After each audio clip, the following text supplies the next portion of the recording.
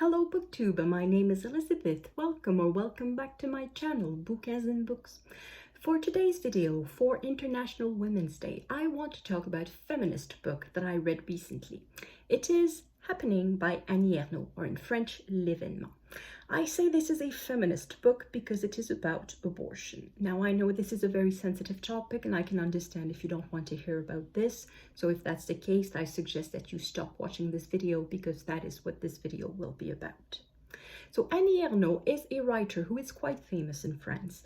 She has won a bunch of prizes and I have heard her name quite a bit, but for some reason I never picked up any of her books before last year.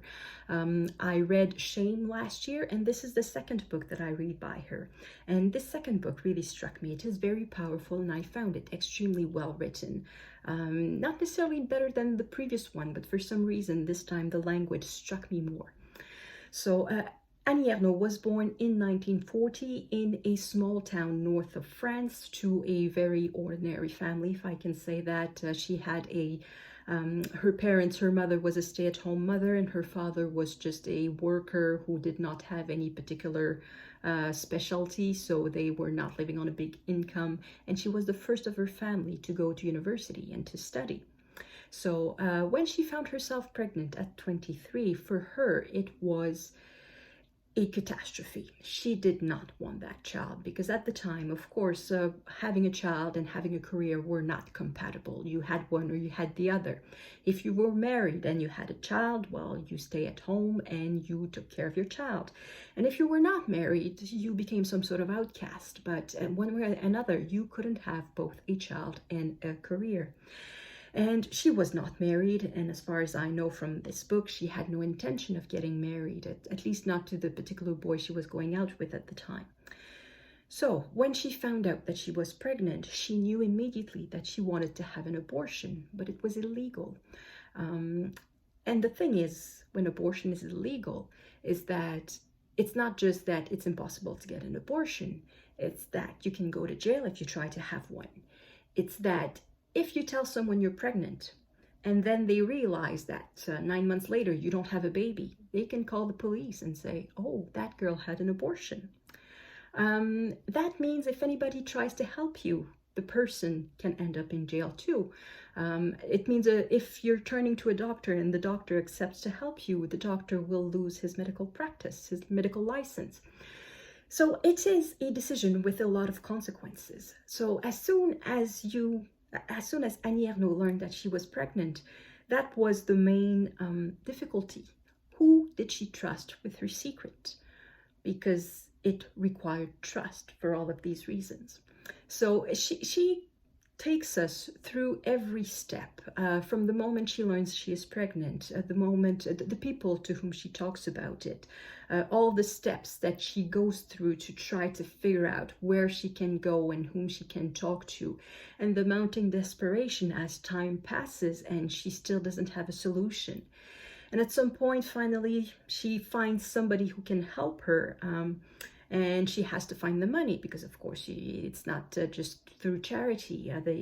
It's mainly women who help her. So the women who help her, they need money. And she has very little information about how is it really going to work. And we go through all of that, all of the aspect, all of what it entails to have an illegal abortion. And it goes into detail. So there is blood, there is medical procedure. And I should tell you right away, it doesn't go everything according to plan because she doesn't really know what to do. At some point, she ends up in the hospital. And at the hospital, she is treated like crap. She is treated with contempt. She is treated like a prostitute or like a nothing. So it is, for someone like me who basically all my adult life, abortion was legal in Canada, so it's not a reality I never needed to face or would have needed to face either in practice or in theory. It's not a reality I lived with, the illegality of abortion in my adult life. So to have this testimony of what it is to live in a place where abortion is illegal. And here it's a situation where it's the choice of the woman not to have the child. And it was a situation where it was the sexual relation that created the child was consensual. So we're not even talking about rape. We're not talking about a woman who is abused. We're not talking about anything like that. So I can only imagine in such a case where the woman is already in a situation of vulnerability and she finds herself in need of an abortion and it's illegal. I can only imagine the distress that it would create. So this little book is very, very powerful. I wish I had an English copy so I could read excerpts, but the library doesn't have one, and I'm not going to buy one just to read a few excerpts. So what I'm going to do is that I'm going to paraphrase in English some of the excerpts that I think are particularly relevant. So this one here, it's at page 26 out of 100 and really written very big. So at about, I would say, 20% of the book. She explains why she wants to tell her story. And she says that there's a bit of a paradox when a law comes to rectify a wrong. It sort of condemns the former victims to silence again, because now that it's legal, why do you want to talk about it? It's over now. It's not relevant anymore. And she says that she wants to testify nevertheless, so that her experience may be validated, so that we have testimonies of what it was to undergo an illegal abortion. So that's one excerpt.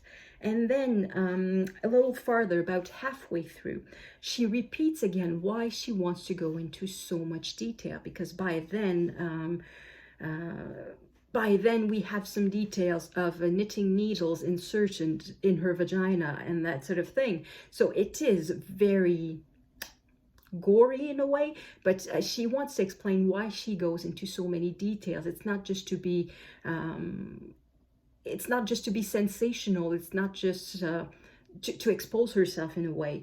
It's because if she says that if she doesn't go into every detail, if she doesn't shed light on every aspect of her experience, she will contribute to make this experience, the reality of women who cannot have access to abortion, murky, and she will be supporting masculine domination, the domination of men. So she doesn't want to do that. So that is why she decides to go into every teeny tiny detail of her experience. And yes, there is blood and there is medical procedures in this book, and it is very detailed in that sense. And at the end, at the very end, it's the last 2 pages, she explains that by writing this book, she is putting an end to the only regret that she had about her abortion, and the only regret she ever had was to have not talked about it. So now that she has talked about it, she can say that she has absolutely no regret about it. So I thought that was also something that was very powerful. So it is very, very short, and I think it is absolutely, completely worth it. Regardless of the side on which you are, whether you are for or against abortion, I think it's important to read a book that shows you what it is what it is for a woman to go through an illegal abortion, because I think that's another thing. It's not because abortion is illegal that abortions don't happen. They happen never anyway. So why would you put women in danger for that? Just for some ideal that doesn't exist, really. If your ideal is a society without abortion, it's not because abortion is illegal that abortion disappears.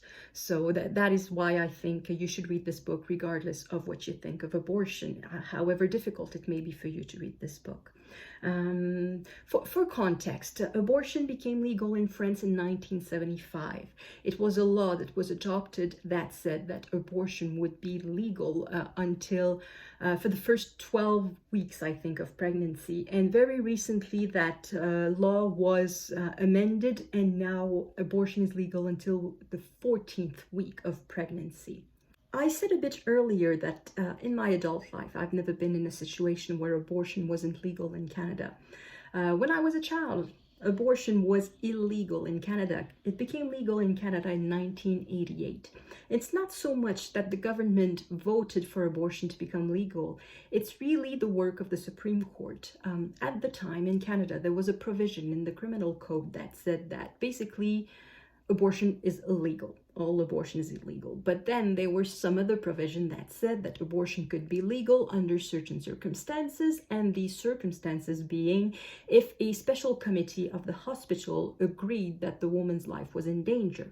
In that case, the woman could undergo an abortion if it was approved by the committee. And in 1988, there was a doctor who was arrested multiple times for providing abortions. This doctor was Henry Morgan Taylor.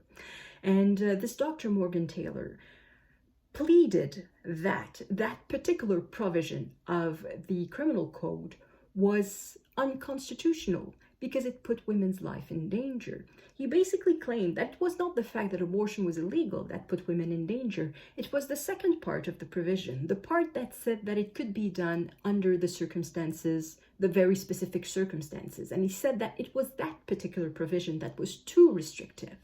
It put women's life in danger. And the Supreme Court agreed. The Supreme Court agreed that the provision of the criminal code permitting abortion was too restrictive. It did not permit abortion in enough cases. It put women's life in danger. That is why it was unconstitutional. So now what could the Supreme Court do? It didn't have many options. The Supreme Court cannot write laws, so it could not decide how to make that provision less restrictive. So that was a job for the government. So there were two possibilities. They could give the government a deadline saying, okay, we will leave the provision in place for the next 12 months. You have 12 months to come up with something else. But then during that 12 months, women would die. So the other option was simply to strike down the provision and say the provision does not apply. That's it. And that is what happened. That is what the Supreme Court decided to do in Canada in 1988 in the case Henry Morgan Taylor against the Queen. The Supreme Court decided to strike down the provision of the criminal code making abortion illegal. So the government, which at the time was a conservative government, tried to enact another law that would this time make abortion illegal, but provide for more cases where abortion could be obtained more easily for women when their lives were in danger. And they did not manage to get the approval of both the House of Commons and the Senate. And two attempts, I think, were made, and in both cases, the law did not make it to the Senate. So that means that to this day, there is no law about abortion in Canada, and it makes it one of the very few countries in the world where there is absolutely no legal aspect to abortion. They are strictly medical. There may be some provincial provisions about that, but again, the provinces in Canada do not have the power to modify, to amend the criminal code, so they cannot decide that abortion is a crime. They can restrict it as a medical practice, but they cannot restrict it as a criminal behavior. So there is absolutely no legal limit in Canada. There's a medical limit because at some point the doctors will not perform the abortion. I think it is at around 23, 24 weeks, something like that. So yeah, that is the situation of abortion in Canada. And now I'm very far from my original subject, which was a book. So that is the book I wanted to talk about in today's video. And I thank you everyone for watching. I will see you in the next video. À la prochaine.